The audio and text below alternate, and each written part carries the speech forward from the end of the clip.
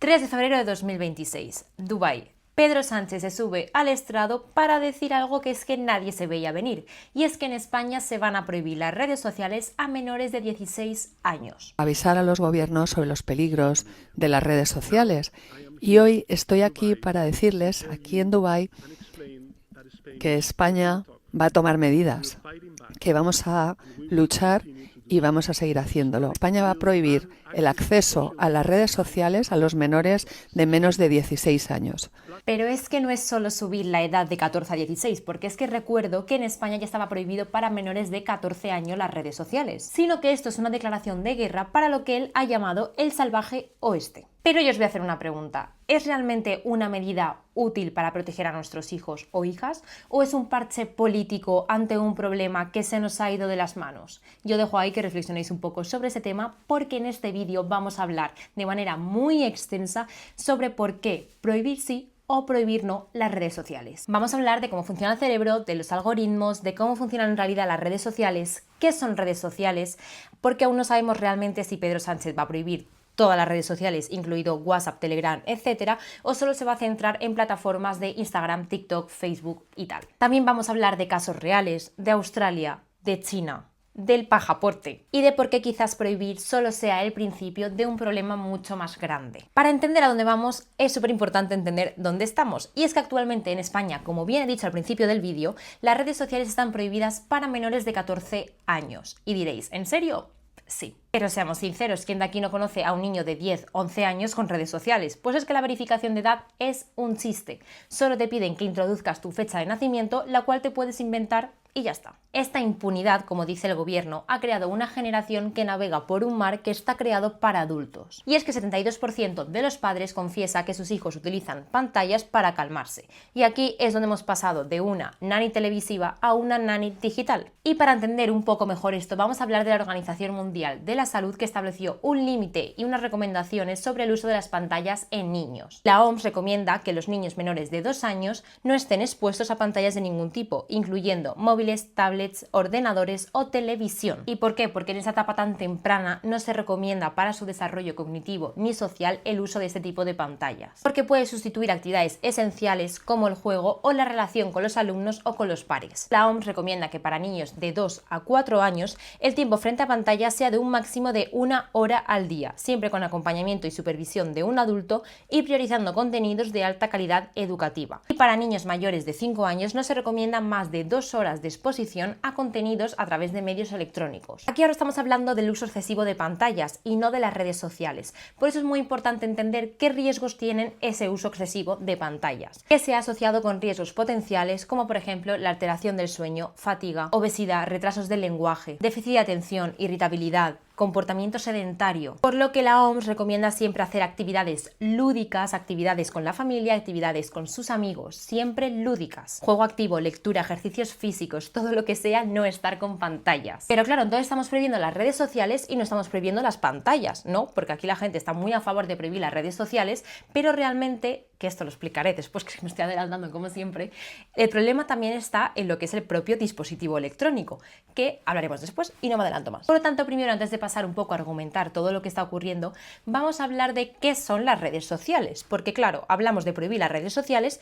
pero ¿tenemos claro lo que son? Solemos pensar que las redes sociales son únicamente una plataforma donde subimos fotos o interactuamos con las personas, pero no es así. Son exhibiciones públicas de conexión diseñadas bajo la economía de la atención. Vamos, que cómo funcionan, bajo un algoritmo de recomendación. No es una máquina que sea neutral, sino es un sistema que coge tus datos para generarte más dopamina y que sigas mirando cada vez más contenido y no salgas de las redes sociales. Es como el típico casino que entras pero no sabes cuándo vas a salir. Aquí vamos a hablar un poco de la neurociencia del cerebro adolescente. El cerebro adolescente tiene el sistema de recompensa, es decir, la dopamina a tope, pero es el córtex prefrontal, es decir, el que dice que está bien o el que está mal, el que no se desarrolla hasta los 25 años, más o menos. Es decir, darle las redes sociales a los adolescentes es como darle un Ferrari a una persona que no sabe dónde está el freno. El problema no es solo que sean los menores los que acceden a estas plataformas, sino que son las grandes empresas, TikTok, Google, Meta, las que obtienen muchísimos ingresos, de verdad, muchísimos ingresos por el público infantil. Hablamos de alrededor de 11.000 millones de euros al año por esto. Es decir, cualquier medida que se tome contra estos grandes empresarios, pero ya no solo prohibir las redes sociales, sino limitar el tiempo de uso, reducir qué tipo de contenidos, supone unas pérdidas económicas muy grandes para estas personas. Por eso es muy poco realista que esperemos que estas personas vayan a actuar cuando Pedro Sánchez le diga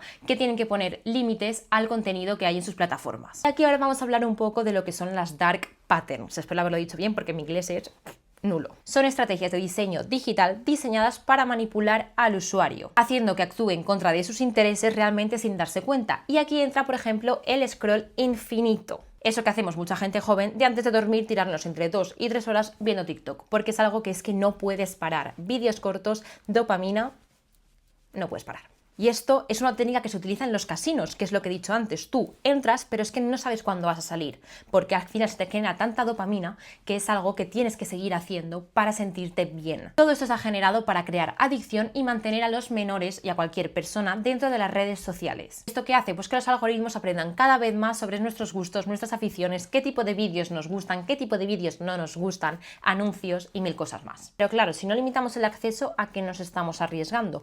Yo, como veis, estoy dando argumentos y al final sabréis mi conclusión y un poco las medidas que yo tomaría si fuese presidenta del gobierno. Que mi madre siempre me lo dice, ¿tendrías que hacerte presidenta o política? Digo, no. La ciencia es clara y es que ya lo ha dicho, que es que el uso excesivo de pantallas, repito, no redes sociales, reduce la corteza del córtex prefrontal un 12%. Estamos viendo el nacimiento de la TikTok Brain, inglés, querida. Es decir, esto lo habréis escuchado un montón, que la capacidad de nuestro cerebro ha disminuido de estar 12 minutos concentrados a estar solo 8 segundos. Todo esto en una década. Pero los riesgos de las redes sociales van mucho más allá del tiempo que estemos frente a una pantalla. Hablamos de violencia y desinformación. Entras a una red social y lo primero que ves es una pelea, es una discusión, es un enfrentamiento entre personas, entre políticos. Y es que esto no es casualidad, querida. Los algoritmos no buscan que estés informado, que tengas una opinión sobre algo. Lo que quieren es mantenerte enganchado a esa aplicación. Y nada más engancha que el odio y la polarización, que ya sabéis, y esto os sonará, que es algo que estamos viviendo en España hoy en día. Y esto viene con la pérdida de confianza de los medios tradicionales, y por eso Instagram, TikTok y X, lo que conocemos como Twitter, se han vuelto una fuente de información muy grande en los tiempos que corren. Y esas aplicaciones que utilizamos muchas personas para informarnos, lo han utilizado también otras personas para crear desinformación, teorías conspiranoicas, miedo, bulos, etc. Y como nadie nos ha enseñado a detectar bulos, que esto es algo de lo que hablaremos también después, acabamos reaccionando de una forma que no es racional. También vamos a hablar un poco de la salud mental, de cómo esa exposición a contenidos perfectos, a influencers que son perfectas, que no tienen ningún defecto, hace que aumente la comparación social, sobre todo en adolescentes chicas, disparando casos de depresión, ansiedad, baja autoestima y trastornos de conducta alimentaria. También es verdad que por culpa de las redes sociales ha aumentado lo que es la validación digital, es decir, ya no la validación como siempre ha sido, sino una validación que tiene que ser a través de redes sociales. Otro problema también encontramos son nuestros maravillosos riesgos digitales, que por ejemplo os dejo el curso este que tenéis aquí en pantalla, que os lo acabo de poner en la edición, que habla sobre los riesgos digitales y la inteligencia artificial, que hago con la docente Rosa Liarte. La cuestión, hablamos de grooming, hablamos de sexting, hablamos de sexplaying y hablamos de muchos problemas en inglés, pero hablamos de muchos problemas que están cada vez más presentes en redes sociales y que nadie enseña a los menores a detectarlos y a cómo pedir ayuda. Las plataformas facilitan que desconocidos contacten con menores pues para este tipo de conductas que ya hemos mencionado, y nadie les enseña a los menores cómo configurar su privacidad. ¿Por qué? Porque no hay educación digital. Muchas veces pensamos que estos desconocidos van a contactar con ellos a través de Instagram o TikTok, ¿no? Que son las redes sociales así como que más utilizan los adolescentes. Pero es que en realidad donde más casos se dan son, por ejemplo, en juegos como Roblox, Fortnite, que ya he hecho varios vídeos que los dejo por aquí sobre ese tema, incluso en chats privados tanto de Telegram o Discord. Pero claro, esto se va a plantear como una red social, Discord, Telegram. De Telegram y Discord ya haré otro vídeo más concreto hablando sobre una persona que envía vídeos de contenido sexual, de odio, peleas, etcétera, contra un cierto colectivo, sobre todo inmigrantes, a través de los chats de Discord y de Telegram, y donde la mayoría de sus seguidores la verdad que es que son menores de edad. Luego hablamos de la exposición a violencia o peleas. ¿Os acordáis del happy slapping, no? Menores quedan a pegarse, lo graban y lo suben a redes sociales. Pero recordemos que no solo es en Instagram o TikTok donde se suben estas peleas, sino también en Telegram y en Discord. Ver peleas, agresiones o retos peligrosos, y ya no solo eso, sino agresiones verbales, como he dicho, entre políticos. Eso hace que se normalice la violencia y aumente la desensibilización hacia este tipo de conductas. Luego vamos a hablar, y lo siento mucho, de la influencia de referentes equivocados. No solo los menores se informan a través de Twitter, TikTok o Instagram sobre lo que pasa actualmente, sino que se creen todo aquello que dicen sus referentes de influencia. Toman como modelos a seguir a personas que promueven el consumo irresponsable, la violencia, ideologías extremas o incluso mensajes manipulativos. Y aquí os dejo algún ejemplo de influencer que hace esto mismo. Esto refuerza conductas de riesgo y hace que los adolescentes repitan estas conductas sin cuestionarse absolutamente nada. Luego también tenemos las famosas deepfakes, que han salido últimamente los casos de la red social X, donde podías poner que, oye X, Grok. Oye, Grok, desnúdame a esta persona, y Grok, ¿qué hacía? Te la desnudaba. Al final esto se denunció y Grok lo cambió para personas de pago, es decir, personas que pagaban la suscripción de Twitter. Aunque ahora también esto lo han quitado. Pero también se siguen creando vídeos con inteligencia artificial que ya no se sabe si están hechos con IA o si no de los reales que son. Es decir, también hay que educar en cómo saber si un vídeo está hecho con IA o no. Y esto se hace a través de las aulas. Una educación digital que sea real y que sea efectiva, con todos los contenidos de lo que estamos hablando. Porque un vídeo creado con inteligencia artificial da igual que tenga redes sociales o no, porque lo vas a acabar viendo. Y luego también vamos a hablar del famoso sharenting, cuando los padres suben fotos de sus hijos a internet. Y para ello me gustaría, que os voy a poner ahora mismo, un vídeo de la Policía Nacional y la Fundación Sol sobre el sharenting, que la verdad que lo explica de maravilla y da datos sobre una investigación. Muy bien, Ana. ¡Empuja! ¡Sí! Muy bien.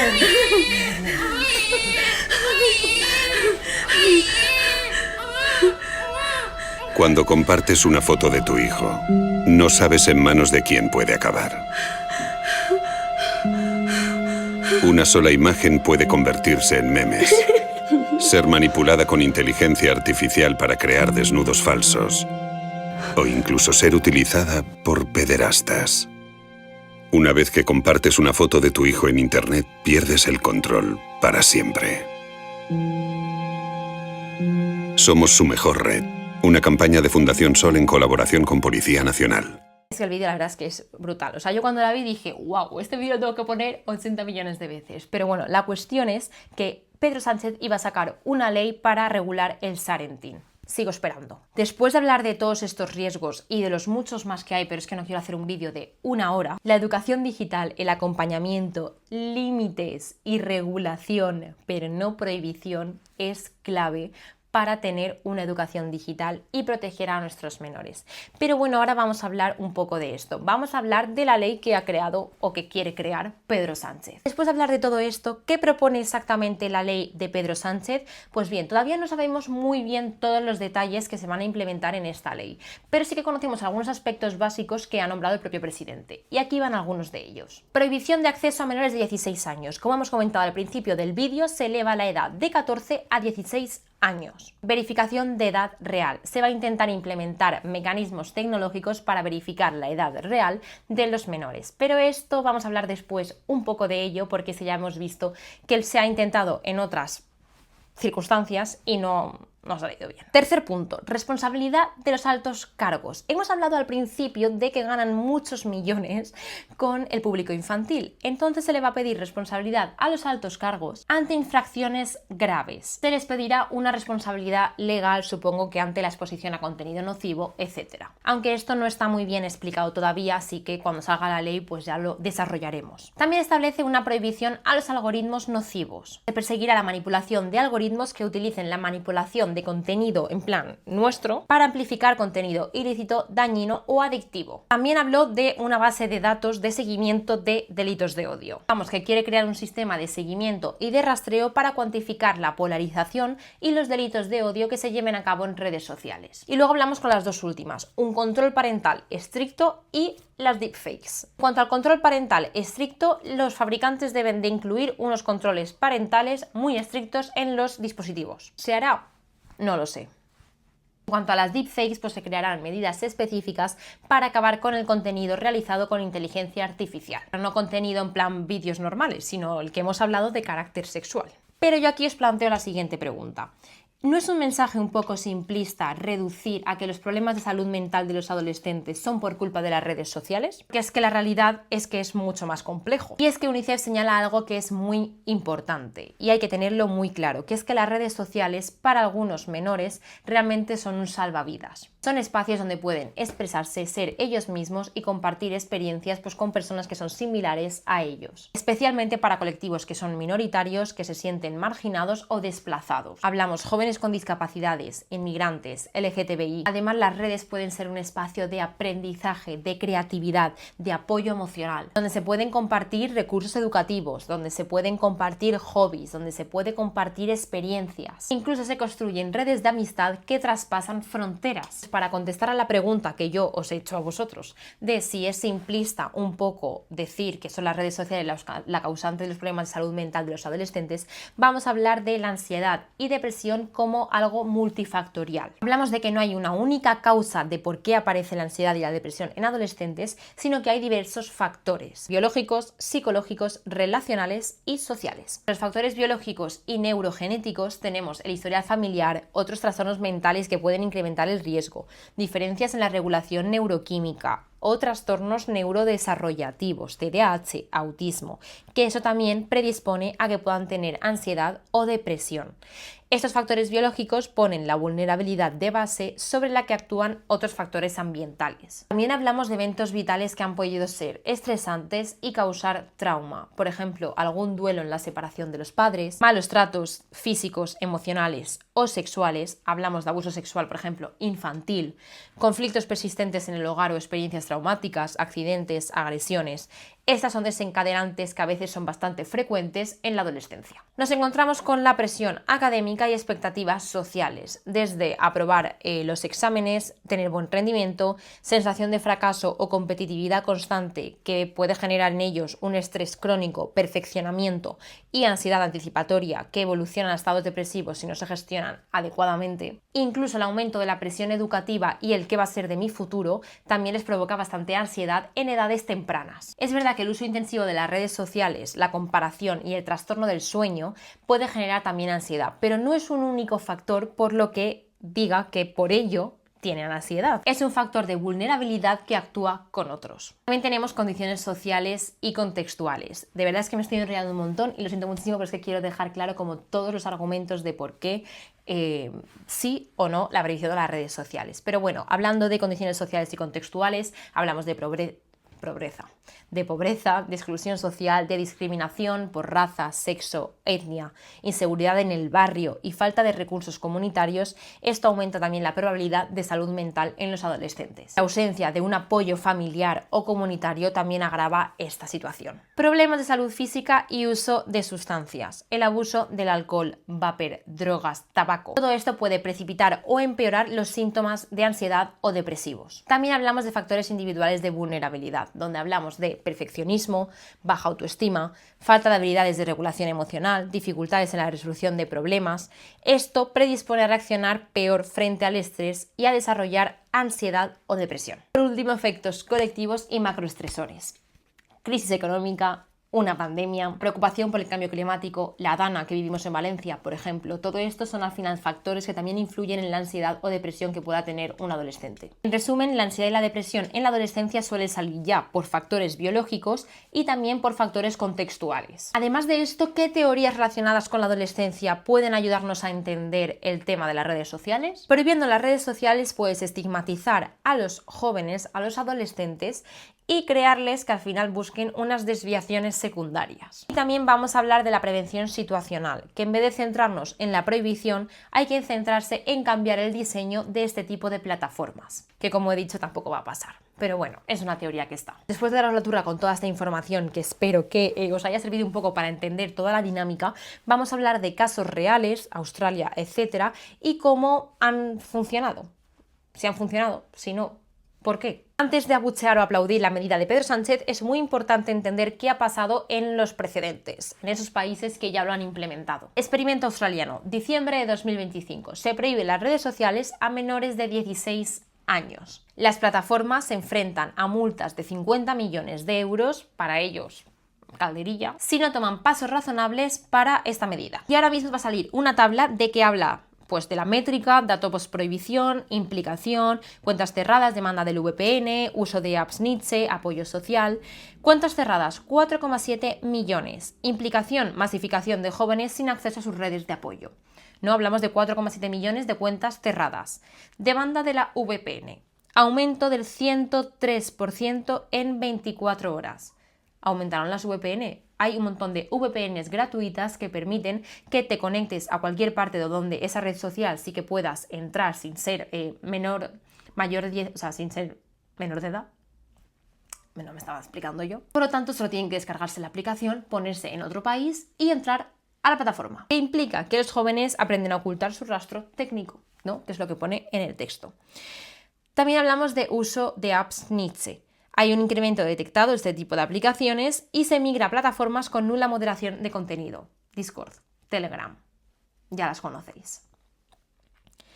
El apoyo social a esta medida bajó del 69% al 57%, porque creció la sensación de que la ley era ineficaz. Si todos los menores hablamos de que aumentó un 103% en 24 horas el uso de las VPNs, UNICEF Australia advirtió de que realmente esto solo hace que desplazar el problema y que los menores accedan a un riesgo que no está ni limitado ni controlado por nadie. Vamos a hablar de lo que se quiso implementar en España, que es, no sé si os acordáis, el pasaporte. El pasaporte es lo que realmente es una cartera digital beta, que pretendía obligar a los usuarios que querían acceder a la pornografía a presentar un carnet de identidad válido. Y es que este proyecto ha sido un fracaso total por 3 puntos. Seguramente durante el vídeo esté cambiando la luz, pero es que como en España está todo el rato nublándose, pero en Valencia de vez en cuando sale un poco el sol, el vídeo va a ir un poco fluctuando la luz, así que lo siento mucho, no tengo un estudio para poder grabar. Hablamos de una dificultad técnica. El Centro Criptológico Nacional ha dicho que es muy difícil que se pueda implementar esto, porque aún están revisando la seguridad del programa y que esto va como muy lento. Luego también tenemos el uso de las VPNs, como no.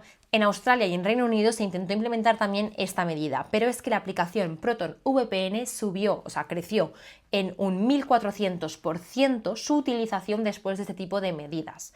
Es decir, cuando la población ya conoce esto, realmente lo va a utilizar. Luego tenemos la ley de Cenicienta en Corea del Sur. En 2011 Corea del Sur prohibió el juego online desde medianoche a las 6 de la mañana a los menores de 16 años. Esta ley fue abolida en 2021 porque también fue un auténtico fracaso. ¿Por qué? Pues yo te lo cuento. El tiempo de sueño de los adolescentes realmente aumentó una media de entre 1 a 5 minutos. Los jóvenes dejaron de jugar a videojuegos, pero se fueron a plataformas como YouTube o Netflix. Y los menores aprendieron sistemáticamente a utilizar la identificación de sus padres para acceder a este tipo de videojuegos, rompiendo el vínculo de confianza familiar. Francia en 2023 también implementó una medida que establecía que a los menores de 15 años no podían tener redes sociales, pero esto nunca ha sido efectivo de verdad. Vemos el patrón, la tecnología va siempre 3 pasos por delante de la ley. Mi gran preocupación es que estamos simplificando un problema que en realidad es multidimensional. Para un niño de 8 años que aún no ha entrado en redes sociales, la ley puede ser un salvaguarda para estos padres de decir,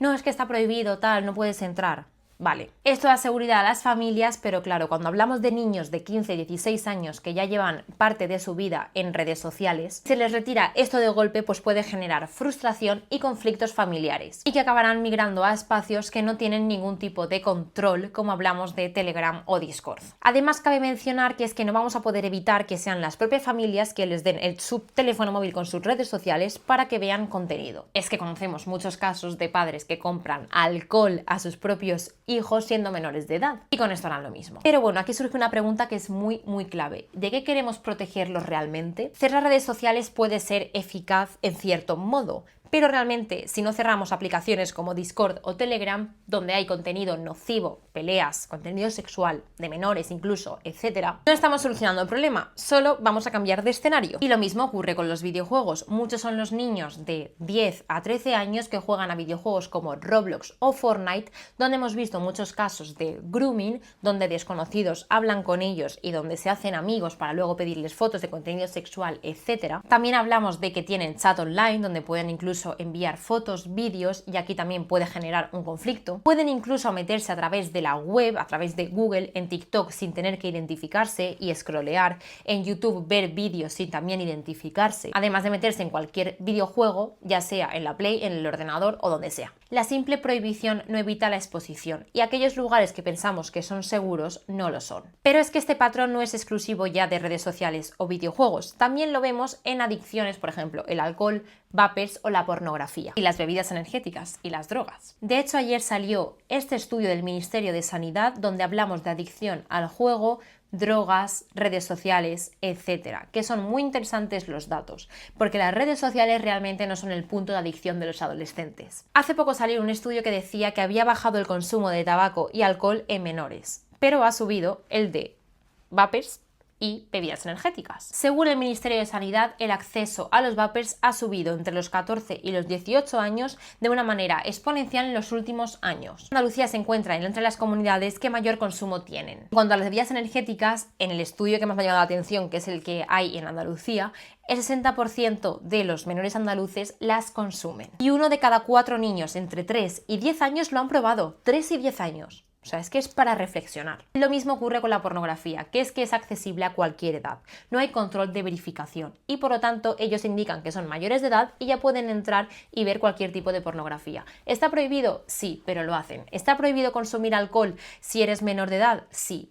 Compran y lo beben. Y lo beben desde edades muy tempranas, aunque haya disminuido, sigue existiendo. El consumo de vapor también está prohibido a menores de edad. ¿Y eso significa que no lo consuman?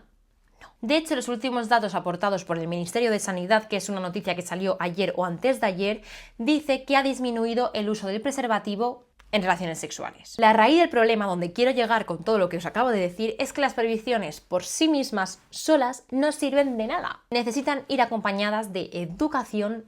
Esto es súper importante, y de acompañamiento activo. Es muy importante enseñar a los jóvenes a gestionar riesgos, a tomar conciencia, a educarles en pensamiento crítico y a la presión social. También es muy importante que sepan identificar el contenido dañino y educarles en una buena gestión emocional. Sin ese tipo de medidas, la ley es como algo muy superficial que no va a la raíz del problema. Es verdad que, como he dicho, puede retrasar esa exposición, ¿no? Pues con la excusa de no, es que hasta los 13 no puedes tener TikTok o hasta los 16 tal y cual. Puede retrasar la exposición o limitarla parcialmente, pero no es la raíz del problema. No prepara a los menores a enfrentarse a los riesgos reales que cuando tengan 16 van a enfrentarse, o que van a ver a través de otro tipo de medios. Ya por último y acabo, si yo tuviera como un botón de cambio, esto es lo que haría. Moderación humana real. Ya sabemos que existen, por ejemplo, en TikTok, pues personas que se dedican a decir si este contenido es válido o te lo quitan, te lo censuran, etc. Las plataformas digitales dependen cada vez más de la inteligencia para detectar ese tipo de contenidos, pero realmente muchas veces no lo detectan. Con moderadores bien formados revisando en tiempo real, es decir, que inviertan dinero en tener a este tipo de personas bien formadas,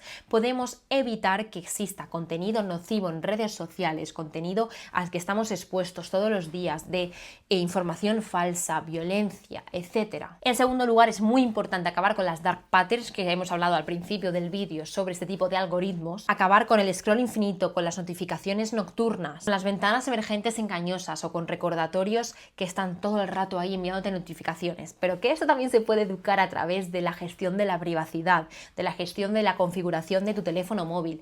Todo esto se puede educar a través de una educación digital a estos menores. El caso que prohibir estas estrategias puede ayudar a que estos menores no se sientan enganchados o adictos a las plataformas digitales. En tercer lugar, una autorregulación progresiva según la edad y la madurez. No todos los menores deben estar expuestos de manera pum pam, ¿sabes? Así, tirados a la piscina, a las redes sociales al mismo tiempo. Por ejemplo, un niño a lo mejor de entre 8 y 10 años pues puede tener bastantes límites, y debe de tenerlos, de hecho, a lo mejor a la hora de ver YouTube. Mientras que un adolescente de 15, 16, 17 años pues ya tiene más autonomía y no hay que establecerle tantos límites en su uso. La regulación debe adaptarse a la madurez cognitiva y emocional del menor. Súper importante combinar ese acceso gradual con acompañamiento de una figura adulta. Y de ahí ya viene como el cuarto punto, que es un acompañamiento real de una figura adulta, que no es lo mismo que vigilancia, sino acompañamiento. Vigilar el móvil de un adolescente no es suficiente. Tenemos que integrarnos un poco en su vida,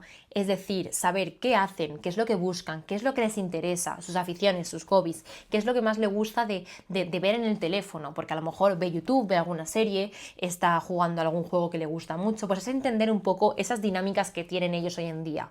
Entonces hay que meterse un poco en su vida. Es muy importante hablar de qué es lo que consumen, ¿no? De lo que estábamos hablando ahora, qué contenidos son habituales que consuman, qué es lo que más le gusta, pero también es muy importante hablar de los riesgos que hay, de que sepan que existe esto, que existe lo otro, que puede pasar. No significa que por ello tú vayas a estar encima de él todo el rato, pero que él tenga la confianza contigo suficiente como para cuando pase algo de eso informarte.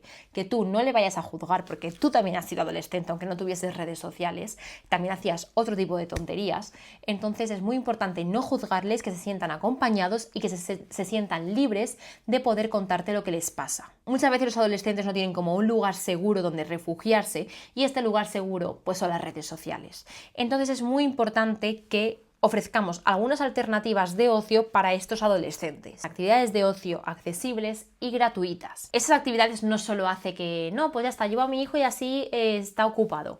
No es solo para tenerlos ocupados, también lo que hace es promover que tengan habilidades sociales, de gestión de emociones, de que se relacionen con sus pares. Todo esto ayuda mucho a sus habilidades. También es esencial como crear canales de apoyo que sean accesibles en los coles, desde las tutorías, desde asambleas, desde canales de manera anónima. Es que hay muchas formas de crear estos canales, ¿no? Pero tienen que ser siempre de apoyo a los adolescentes, de no juzgar, porque muchas veces no lo dicen por miedo a ser juzgados. Y es muy importante, y de verdad es que lo recalco como mucho siempre en las formaciones, que no se juzgue a los menores. Y luego, por último, tiene que haber una educación súper integral, tanto en el uso de las TIC, en plan, súper importante, desde que somos pequeños hasta que seguimos siendo mayores. Es muy importante tener una educación digital, una educación sobre los riesgos digitales, sobre cómo nos pueden estafar desde los más mayores, ¿no? Desde las personas más mayores, pues que a lo mejor no han tenido siempre contacto con la tecnología, pues ayudarles a entenderla, de cómo les pueden estafar, y todo eso también de los más pequeños. Si los pequeños pues a lo mejor tienden más a jugar a videojuegos, explicarles qué riesgos hay, cómo pueden pedir ayuda, súper importante. Pues todo esto a través de una educación integral en riesgos digitales. Y es que muchos de ellos dirán, no, es que leí un comentario que decía que es que no saben utilizar ni Word. No quieren saber utilizar Word, pero lo demás lo controlan perfectamente. Pero por eso es muy importante desde primaria, no porque infantil son muy pequeñitos aún, pero en infantil sí que como introducirle temas de gestión emocional. No es muy importante la educación emocional desde que somos pequeños, pero en primaria sí que establecer como ajustes de privacidad, de cómo utilizar tal plataforma, cómo utilizar la otra, porque queramos o no, los niños en sexto, quinto de primaria ya utilizan TikTok, ya utilizan YouTube Shorts, utilizan YouTube vídeos largos. Entonces es muy importante explicarles qué riesgos hay, porque los niños son muy inteligentes, no hay que subestimarlos, saben absolutamente todo y es muy importante hablarles de ello. Por lo tanto, yo planteo como un currículo desde edades tempranas hasta bachiller, donde se trabaje desde todas las asignaturas hasta aquella que pensamos que no se puede utilizar, desde todas las asignaturas, la tecnología. La tecnología es parte de nuestro día a día, es que es parte y no lo podemos evitar. Entonces, no puede ser que la sociedad avance tecnológicamente y la educación se vaya quedando atrás, porque ahora mismo la educación digital está aquí, la tecnología está que ni la veo. Entonces, en primaria, un inicio de alfabetización digital básico. ¿Qué son las redes sociales? ¿Qué son los videojuegos online? ¿Qué tipo de plataformas existen? Configuración de privacidad, incluso ya introducirles algún tipo de riesgo que pueda haber, depende de qué plataformas usen. Por eso es importante preguntarles qué hacen en su vida digital. También en primaria pues podemos hablar del límite de uso, ¿no? Cómo podemos configurar las aplicaciones para tener un límite de uso. También que entiendan el sharenting, por ejemplo, que también pueden decir que no quieren salir en fotos, que también ellos tienen como esa voz, ¿no? que tenemos que darles. Luego ya en la primera etapa de secundaria ya podemos empezar, y ya deberíamos empezar, a introducir los diferentes riesgos digitales. También hablarles de la desinformación, de cómo detectar las noticias falsas, las fake news. Es muy importante enseñarles a detectar este tipo de noticias, aprender a detectar ya en toda la ESO, diría, el contenido realizado con inteligencia artificial. Se empezarán a incorporar ejercicios de pensamiento crítico, ¿no? Lo que hemos dicho de la inteligencia artificial, de las fake news, también de la presión social, de los retos virales, de cuando una influencer sube esto lo necesito, ¿no? Pues un poco a prevenir todo ese tipo de conductas. También hablamos de seguridad digital, o sea, súper importante empezar desde primaria, que es lo que hemos dicho, ¿no? Aprender a configurar la privacidad, pero también en secundaria podemos ya, como intuimos que pueden tener redes sociales, pues a configurar la privacidad en redes sociales, crear contraseñas seguras, pues que no poner tu ubicación, etcétera, como cosas muy básicas. Y había dicho por último, pero también algo que se me había olvidado que es fundamental, es entender la participación de la comunidad y de las familias. Todo esto no se entiende sin tu participación. Sin la participación de la sociedad, aunque no tengas hijos, tú también eres responsable socialmente de ciertas conductas. Padres, tutores y educadores deben de recibir una formación complementaria.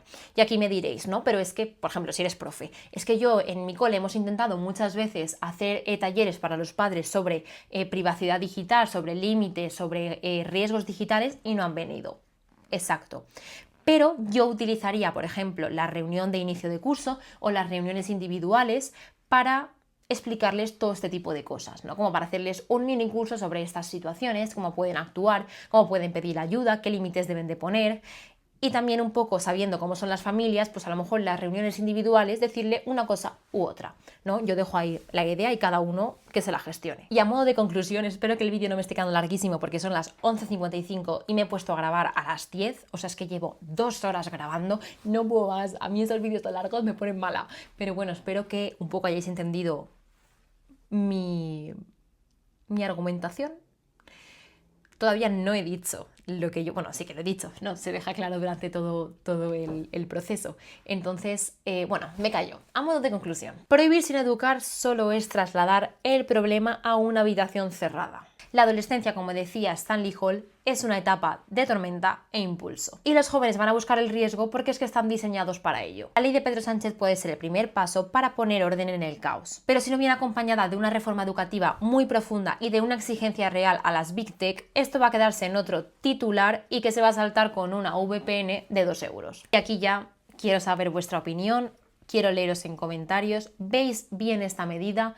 ¿Creéis que es innecesaria? ¿Creéis que es, como he dicho, el primer paso, pero que es que tiene que venir acompañado de mucho más? No sé. Te leo en comentarios. Irónicamente estamos teniendo este debate en una red social. Así que espero que nos veamos próximamente en algún vídeo, que espero que vengan muchos más. Te dejo la bibliografía abajo en la descripción y si quieres, te suscribes.